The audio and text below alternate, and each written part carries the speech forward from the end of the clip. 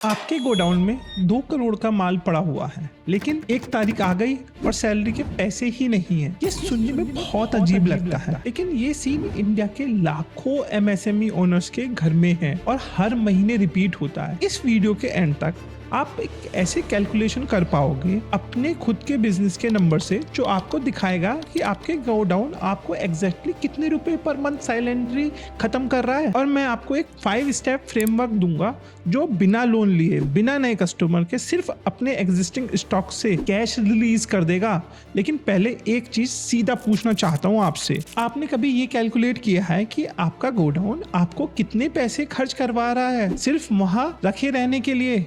नहीं ना, ज्यादातर फाउंडर्स नहीं करते और इसी इग्नोरेंस की कॉस्ट होती है 50 लाख रुपए पर साल। पहले समझिए कि प्रॉब्लम एक्चुअली है क्या। जब आप 2 करोड़ का स्टॉक खरीदते हैं तो वो 2 करोड़ कैश था, लिक्विड था, यूजेबल था और कन्वर्टेबल भी था। जिस मिनट वो गोडाउन में गया, वो कैश एक depreciating, illiquid, cost generating asset बन गया। एक सीधा सवाल पूछता हूँ आपसे, आपका 2 करोड़ का स्टॉक वो बैंक में इंटरेस्ट दे रहा है? नहीं। वो बिजनेस ग्रो कर रहा है? नहीं। वो कस्टमर को सर्व कर रहा है? बिल्कुल नहीं। वो सिर्फ रख रखाव का खर्च कर रहा है और ये खर्च आप कभी इनवॉइस पर नहीं देखते, इसलिए कभी फील भी नहीं होता। लेकिन नंबर बहुत रियल हैं। इंडिया के वेयर हाउसिंग और इन्वेंट्री डाटा के हिसाब से किसी भी एमएसएमई के लिए इन्वेंट्री होल्डिंग कॉस्ट होती है 20 से 30% of total inventory value per year. ये 5 चीजें मिलकर बनती हैं। कैपिटल कॉस्ट मतलब वो पैसा जो आपने अपने स्टॉक में लगाया है उसका इंटरेस्ट, ये अकेला 40% होता है टोटल होल्डिंग कॉस्ट का। वेयर हाउस रेंट और utility near about 30%।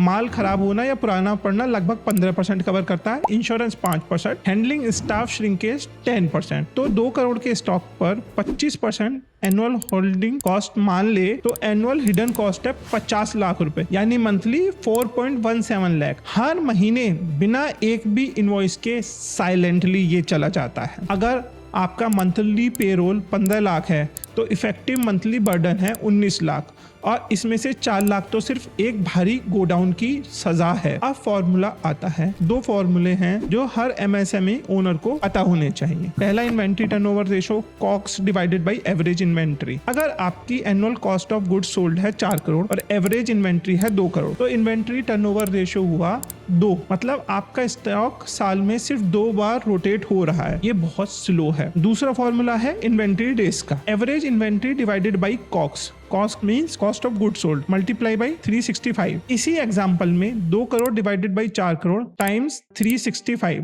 Inventory days निकल के आया 182 डेज। आपका पैसा 6 महीने तक गोडाउन में बंद पड़ा रहता है कैश बनने से पहले। और इसका डायरेक्ट सॉल्यूशन है एक लार्जर फॉर्मूले में, कैश कन्वर्जन साइकिल, जो मैं आज आपको एक्सप्लेन करूंगा, क्योंकि यही वो नंबर है जिसको एक वीसीएफओ टारगेट करता है। और इसमें 46 दिन की इंप्रूवमेंट से एक 5 करोड़ कॉक्स वाले बिजनेस में 63 लाख कैश रिलीज हो सकता है, सिर्फ बैलेंस शीट रीस्ट्रक्चर करके। अब आते हैं असली मुद्दा, फ्रेमवर्क पर। ये 5 स्टेप्स नोट कर लेना है, ये वीडियो जरूर सेव कर लेना है। ये एक्शनेबल चेकलिस्ट है, एक बार सुनना काफी नहीं होगा। ये है वीसीएफओ का 5 step inventory liberation framework. Step 1, ABC analysis. पहले कैटेगराइज करो, अपनी पूरी इन्वेंट्री को 3 बकेट्स में डालो। ए, आइटम्स 20% SKUs लेकिन 80% रेवेन्यू। ये आपके हीरो प्रोडक्ट्स हैं, इन्हें प्रोटेक्ट करो, स्टॉक लेवल मेंटेन करो। B, items 30% of SKUs, 15% revenue देते हैं, क्वार्टर में एक बार रिव्यू करो, बफर स्टॉक इनका रिड्यूस करो। सी, आइटम्स 50% ऑफ SKU, सिर्फ 5% ऑफ रेवेन्यू, ये कैश ट्रैप है, लिक्विडेट करो, रीऑर्डर तुरंत बंद कर दो। ज्यादातर एमएसएमई में बिना एनालिसिस के ए आइटम्स भी कभी कभी स्टॉक आउट हो जाते हैं और सी आइटम्स की शेल्फ भरी रहती है। Worst of both words, cash भी अटक गया और सेल्स भी चली गई। अब आते हैं स्टेप 2 पर, डेड स्टॉक लिक्विडेशन स्प्रिंट 30 दिन में। जितना डेड स्टॉक अभी गोडाउन में है उसे निकालो। कैसे? फ्लैश सेल या डीप डिस्काउंट में 40 से 60% तक की डिस्काउंट देके। ये 0 से बेहतर है क्योंकि 0 पर अभी 4 लाख पर मंथ की होल्डिंग कॉस्ट आ रही है। स्लो मूविंग सी आइटम्स को फास्ट मूविंग ए आइटम्स के साथ बंडल करो, मार्जिनल डिस्काउंट पर पेयर करो। India mart, Amazon business, Meesho पर सरप्लस स्टॉक को लिस्ट करो। और एक ऑप्शन जो बहुत फाउंडर मिस करते हैं, सर्टेन कंडीशंस में गुड्स को डोनेट करने पर जीएसटी इनपुट क्रेडिट बेनिफिट मिलता है। ये एक VCFO आपको बताएगा। 30 से 35% भी आपके गुड्स का कैश हो रहा है जो कि गोडाउन में रखा जीरो हो रहा है, तो ये आपके लिए बेहतर है। Step 3 just in time model, inventory blot का न्यूक्लियर ऑप्शन। GIT का प्रिंसिपल सिंपल है, सिर्फ उतना ऑर्डर करो जितनी जरूरत है। अगले 15 से 20 दिन के लिए बल्क डिस्काउंट के लालच में 3 महीने का माल मत खरीदो। ग्लोबल बेंचमार्क हार्ले डेविडसन ने GIT इंप्लीमेंट करके इन्वेंट्री 75% तक रिड्यूस की, सप्लाई चेन कॉस्ट 9% से 4% पर आई, प्रैक्टिकली प्रॉफिट्स डबल हो गए। अब इंडिया में फुल GIT पॉसिबल नहीं है, सप्लाई चेन अनरिलायबल है, इसलिए इंडियन MSME अडेप्शन ये है। 7 से 15 दिन का सेफ्टी स्टॉक मेंटेन करो। हर की SKU के लिए 2 से 3 बैकअप सप्लायर्स रखो। वीकली वेलोसिटी रिव्यू करो फोन पर और डैशबोर्ड से। Step 4 reorder point system. Gut feel हटाओ, मैथ लगाओ। Formula reorder point is equal to average daily sales multiply by lead time in days plus safety stock. Example से समझते हैं। आप एक हार्डवेयर MSME है, एक फास्टनर 10 यूनिट्स पर डे बिकता है, सप्लायर लीड टाइम है 7 दिन, सेफ्टी स्टॉक 3 दिन का, मतलब 30 यूनिट। तो रीऑर्डर पॉइंट हो गया 10 multiply by 7 plus 30 is equal to 100 units. जब स्टॉक 100 पर आए, परचेज ऑर्डर ऑटोमेटिकली ट्रिगर हो, ना पहले ना बाद में। ये एक फॉर्मूला है जो एक साथ 2 प्रॉब्लम सॉल्व करता है। स्टॉक आउट रिस्क भी खत्म, ओवर स्टॉक रिस्क भी खत्म। अब आते हैं स्टेप 5 पर, supplier terms renegotiate. Creditors days बढ़ाओ। इन्वेंट्री डेज कम करने के साथ साथ एक VCFO supplier payment terms negotiate करने में हेल्प करता है। 30 दिन से 45 दिन या 60 दिन तक एक्सटेंड करता है जहां भी पॉसिबल हो। इसका मैथ देखिए, पहले कैश कन्वर्जन साइकिल यानी CCC थी 61 inventory days plus 30 days debtor days minus 30 creditor days is equal to 61 days. VCFO के बाद CCC हो गई 35 inventory days plus 25 debtor days minus 45 creditor days is equal to 15 days, यानी 46 दिन का improvement. 5 crore annual COGS वाले business में 5 crore divided by 365 times multiply by 46, 63 lakhs cash release. कोई लोन नहीं, कोई नया इन्वेस्टर नहीं, कोई नया कस्टमर नहीं, सिर्फ आपने एग्जिस्टिंग बैलेंस शीट को रीस्ट्रक्चर करके ये बचाया है। अब एक और सवाल, अगर ये इतना क्लियर है तो MSME ओनर्स ये फिक्स क्यों नहीं करते? 3 साइकोलॉजिकल ट्रैप्स हैं। पहला, संक कॉस्ट फॉलेसी।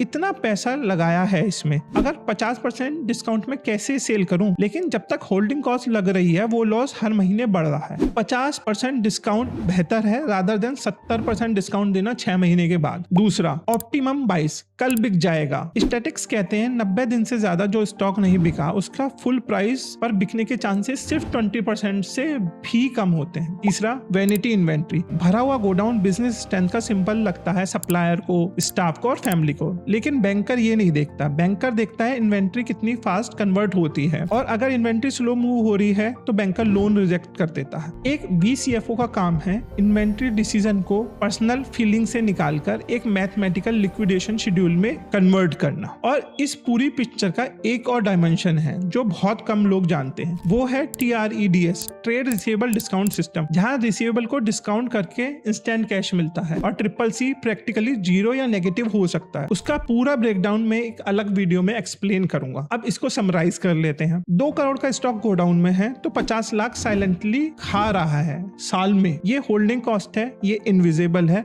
लेकिन बहुत रियल है। इन्वेंट्री डेज और CCC ये 2 नंबर्स बताते हैं कि आपका पैसा कितना फास्ट वापस आ रहा है। इन्हें ट्रैक नहीं किया तो क्राइसिस कभी भी आपको सरप्राइज की तरह आ सकते हैं। 5 step framework, ABC analysis, decade stock sprint, GIT adoption, reorder point formula, supplier terms extension. और जब ये 5 स्टेप्स इंप्लीमेंट होते हैं, पहले 12 महीने में इन्वेंट्री डेज 90 से 35 पर आ सकते हैं। डेड स्टॉक 35% से 10% पर जा सकता है। एनुअल होल्डिंग कॉस्ट 50 लाख से 17.5 लाख पर आ सकती है। 32.5 लाख पर साल आप सेव कर सकते हैं। बॉन्डिंग, जो फाउंडर ये फ्रेमवर्क अप्लाई नहीं करता वो हर महीने साइलेंटली अपनी प्रॉफिट्स गोडाउन में लॉक करता रहता है। और एक दिन ऐसा आता है जब 2 करोड़ का माल होने के बावजूद पानी को तरस जाता है, और तब बैंक भी नहीं सुनता क्योंकि करंट रेशियो बहुत वीक होता है। अगली वीडियो में मैं आपको दिखाऊंगा TREDS, इंडिया का वो गवर्नमेंट बैकएंड पोर्टल जो आपके रिसीवेबल को कैश में कन्वर्ट करता है, प्रैक्टिकली फ्री ऑफ कॉस्ट। वो मिसिंग पीस है जो वर्किंग कैपिटल साइकिल कंप्लीट करता है। और एक सवाल, कमेंट में बताओ आपके बिजनेस में अभी इन्वेंट्री डेज कितने हैं? नंबर पता है या